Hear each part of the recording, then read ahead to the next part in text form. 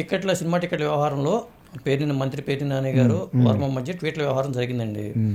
మీ పరంగా మీరు కూడా ఈ ఫీల్డ్లో ఉన్నారు కాబట్టి సినిమా టికెట్ల వ్యవహారంలో ఏపీలో ఉన్న రేట్లు తెలంగాణ రేట్లు ఏపీలో ఏమో దారుణంగా రేట్లోని బాగా తగ్గిపోయినాయి అని ఫీల్ అవుతున్నారు.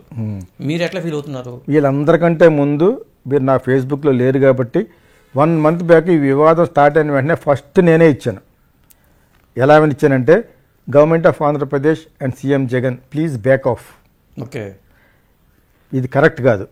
ఇప్పటి వరకు సంక్షేమ క్షేమాలు ప్రోగ్రామ్స్ ప్రాజెక్ట్స్ వెనుకబడిన తరగతిలో చేస్తున్నావు కాబట్టి డెఫినెట్గా నువ్వు ఇష్టమే. అంతకుమించి వాళ్ళ ఫాదర్కి నేను వర్క్ చేశాను అంతే. వాళ్ళ ఫాదర్ అంటే తప్పు చేస్తే అడుగుండేవాడేమో. అతను వాళ్ళ ఫాదర్ సినిమా ఫీల్డ్ నుంచి ఏ ఫైల్ పట్టుకెళ్ళినా టక్కని సంతకం పెట్టేసాడు.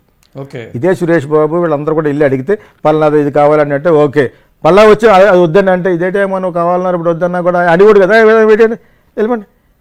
ఇది పెద్ద వాల్యూ ఇచ్చేవాడు కాదు. అటువంటిది ఒక పవన్ కళ్యాణ్ మీద కోపంతో పర్సనల్ వెండేటా పాలిటిక్స్ అంటారు. వ్యక్తిగతమైన ద్వేషపూరితమైన కక్షపూరితమైన రాజకీయాలు చేయకూడదు. ఇప్పటి వరకు నీకు ఎంత అపోజిషన్ ఉన్నా ఒక మంచి పేర్లో వెళ్తున్నావు. ఎందుకంటే 153 సీట్లు 153 అలా అనుకుంటా కూర్చుంటే 153 సీట్లు 15 సీట్లు అయిపోవచ్చు.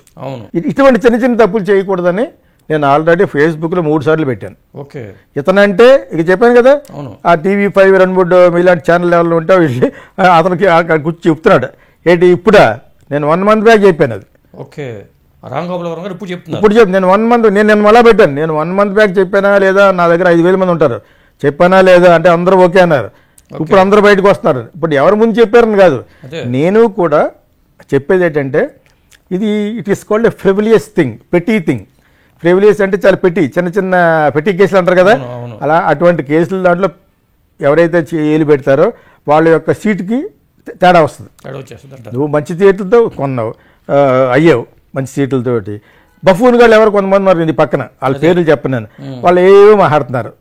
నువ్వు సినిమా టికెట్కి అయితే బాగోపోతే ఇచ్చేస్తారా తిరిగి, లేకపోతే నువ్వు మిగతా వస్తువులు అందరూ తిరిగిస్తున్నారంటే సరే హాస్పిటల్కి వెళ్తావు, ఆడు చేరే ముందు రాయించుకుంటాడు చచ్చిపోయినా మాకు బాధ్యత లేదని.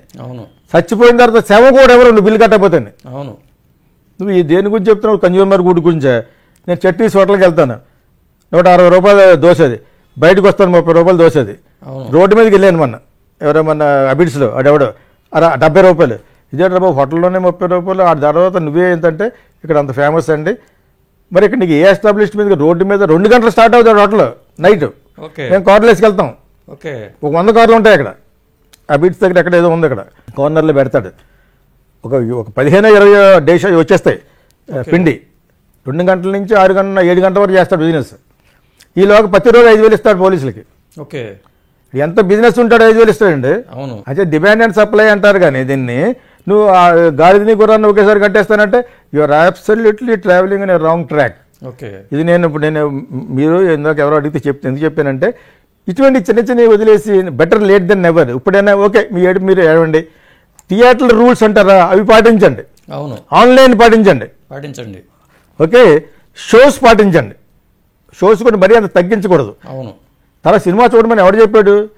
ఎవరో ఆ పేరు ఎత్తట్లేదు కానీ తిరిగి ఇచ్చేస్తారన్న వ్యక్తి ఎవరైతే అన్నారో వీళ్ళని ఎవరైనా చూడమన్నారు సినిమాని? ఇప్పుడు సిగరెట్ పెద్ద పెద్ద హోర్డింగ్స్లో సిగరెట్ స్మోకింగ్ ఇది ఇంజూరియస్ టు హెల్త్ అంటారు. నీకు దుగ తాగుతున్నావు, దవడలు ఊడిపోతున్నాయి, నా 2 గాజులు అమ్ముకున్నాను అని అడ్వర్టైజ్మెంట్ చేస్తారు కానీ బ్యాన్ చేయట్లేదు కదా. ఎవరిని తంబాకు ఇవన్నీ బ్యాన్ చేస్తున్నారా? నిజంగా గవర్నమెంట్లో సిద్ధశుద్ధి ఉంటే బ్యాన్ టొబాకో, బ్యాన్ తంబాకు, బ్యాన్ గుట్కా, అవి చేయరు. అవి చేయకుండా అలాగే సినిమా కూడాను ఒక్క సినిమా మీద ఎంటర్టైన్మెంట్ అట వీళ్ళందరూ బయలుదేరారు. రేట్లు ఉండటం వల్ల ఒక్కొక్కసారి చిన్న సినిమాలకి జనాలు చూడకపోవచ్చు కదండి, అట్లా వాదన కూడా ఉందిగా. చిన్న సినిమా కావాలంటే ఆడే తగ్గించుకుంటాడండి. ఇదేంటి మీరు ఎక్కడ మాడతారు? అన్ని సినిమాలకు పెద్ద రేట్లు ఎవరు పెడతాడు? అదే ఇప్పుడు పవన్ కళ్యాణ్ సినిమా ఉంది, స్పాన్సర్స్ వేసుకుంటారు, 1,00,000 రూపాయలు పెడతారు టికెట్. నీకు దూరం ఉంటే వెళ్తారు వెళ్ళవు. అంతే. మీరెవరు చెప్పడానికి అన్నాను, డెమోక్రసీ ఇది. అదే ప్రజలకు సేవ చేస్తారా? బొంగేం కాదు. ప్రజలకట తక్కువ రేట్లు ఇప్పించాలట. Nonsense, don't talk nonsense, become once again idiots. I'm against in this. యాక్చువల్గా మంచి చేస్తే చంద్రబాబు నాయుడు గారు కూడా మంచిదని ఫేస్బుక్లో పెడతాను. ఓకే మంచి ఇప్పుడు ఫస్ట్ ఇతను మంచి చేస్తున్నట్టుగా అప్పు చేసి చేస్తాడు. అప్పు లేని రాష్ట్రం ఏదండి? అవును. నేను జగన్ తరపున ఎందుకు మాట్లాడానంటే వాళ్ళ నాన్నగారి దగ్గర చేసినందుకు కాదు, అదే వీకర్ సెక్షన్కి హెల్ప్ చేస్తున్నాడు, ఎస్టీ ఎస్టీలకి. అవును. That is good. ఎవరు చేస్తారు లేకపోతేనండి? అవును. సో ఆ విధంగా అప్పు చేసి చేస్తున్నాడు, ఏం చేస్తున్నాడు పక్కన పెడితే హీఈస్ డూయింగ్ గుడ్, అది మంచి చేస్తున్నాడు, మంచి చేస్తున్నాడు, అది మంచి అన్న. అటువంటి వ్యక్తి నేను ఈ సినిమాల గురించి ఎందుకు మాట్లాడతానంటే you back off once again I'm telling. నేను చెప్పేది యాక్చువల్లీ వెరీ స్ట్రాంగ్గా చెప్తున్నాను. Okay. Still you can make your good name. అవును. ఇటువంటి చిన్న చిన్న ఫ్రీవిలియస్ పెట్టి థింగ్స్ వలన నీకు బ్యాడ్ నేమ్ వచ్చేస్తుంది. సంజయ్ గాంధీ అక్కడ బ్యాడ్ అయిపోయాడు, బలవంతంగా తీసుకెళ్ళి ఫ్యామిలీ ప్లానింగ్ కట్టి గుర్తుందా మీకు? అవును, చేశారు అప్పట్లో, ఇంటర్మీడియట్ చదువుకున్న టైంలో. అవును చేశారు. పోయాడు, ఆడైపోయాడు, అది కదిలిసిపోయింది. అవును. వై ఐఎమ్ టెల్లింగ్, చిన్న చిన్న విషయాల్లో జోక్యం చేసుకోకూడదు. అవును. యాంటూలీ అనే ఒక చీఫ్ మినిస్టర్ కూడా చిన్న విషయాల్లో జర్నలిస్ట్తో పెట్టుకున్నాడు గొడవ, సీఎం సీట్కే మోసం వచ్చింది. అవును. సో ఇది చిన్న విషయం కాదు, చిన్న విషయం ఇది, దీన్ని మీరు పట్టించుకోవాల్సినంత విషయం కాదు. అవును. అందులోనే మీ తరపు నుంచి న్యాయం లేదు. అవును.